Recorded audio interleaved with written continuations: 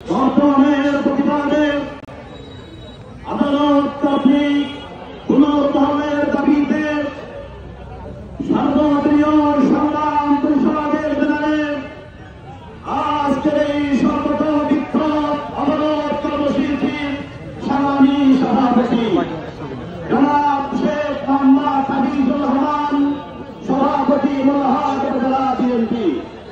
উপস্থিত আছেন জাতীয়তাবাদী দল বিএনপির কেন্দ্রীয় অন্যতম সদস্য জনাব অ্যাডভোকেট শেখ ওয়াহিদুজ্জামান দীপু। উপস্থিত আছেন বাংলাদেশ খেলাফত মজলিসের ঢাকা দক্ষিণের সাংগঠনিক সম্পাদক বিপ্লব প্রিয় নেতা জনাব মাওলানা আবু হানিফ তালপুরে। উপস্থিত আছেন মোল্লাহাট উপজেলা বিএনপির সাবেক ভারপ্রাপ্ত আহ্বায়ক জনাব আলহাজ সিদ্দার মোহাম্মদ জামাল উদ্দিন।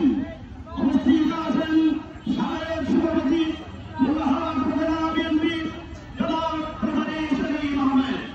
উপস্থিত আছেন মোল্লাহাট উপজেলা বিএনপির সাবেক সাধারণ সম্পাদক সাবেক সিনিয়র যুগ্ম আহ্বায়ক জনাব শেখ শাহজাহান।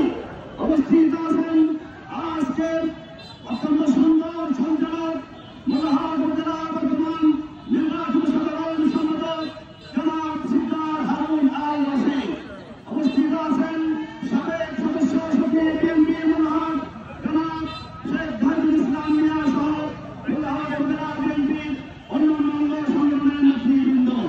উপস্থিত আছেন বাংলাদেশ জামাত ইসলামের মোল্লাহাটের সংগ্রামী আমির জনাব মোহাম্মদ শহীদ আমির, ইসলামী আন্দোলন বাংলাদেশের সংগ্রামী সভাপতি আমার প্রিয় নেতা আলহাজ মাওলানা নিজামুদ্দিন সহ বিএনপি, জামাত ইসলামী, বাংলাদেশ খেলাফত মজলিস, ইসলামী আন্দোলনের উপজেলা, ইউনিয়ন, ওয়ার্ড, ইউনিটের বিভিন্ন পর্যায়ের সভাপতি সম্পাদক, দায়িত্বশীল নেতা কর্মী, বিশেষ করে আমার সদস্যত মোল্লাহাটের সকল পর্যায়ের আমার মন্ডলী ভাইরা সকলকে পিস কার্যক্রমের পক্ষ থেকে সংগ্রামী সালাম, আসসালামু আলাইকুম রহমতুল্লাহ।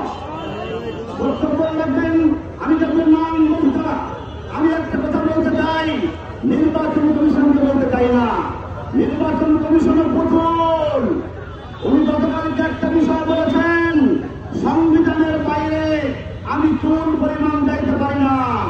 আমি বলতে চাই আপনি যে সিএসি হয়েছেন এটা কোন সংবিধানের আধীনে হয়েছে? সংবিধানের মধ্যবর্তী সময় ডক্টর ইউনূস আপনি কোন সংবিধানের মৌখিক হয়েছেন? যাতে সংবিধান থাকে, অভ্যুত্থান হলে এখানে সংবিধানের প্রয়োজন হয় না।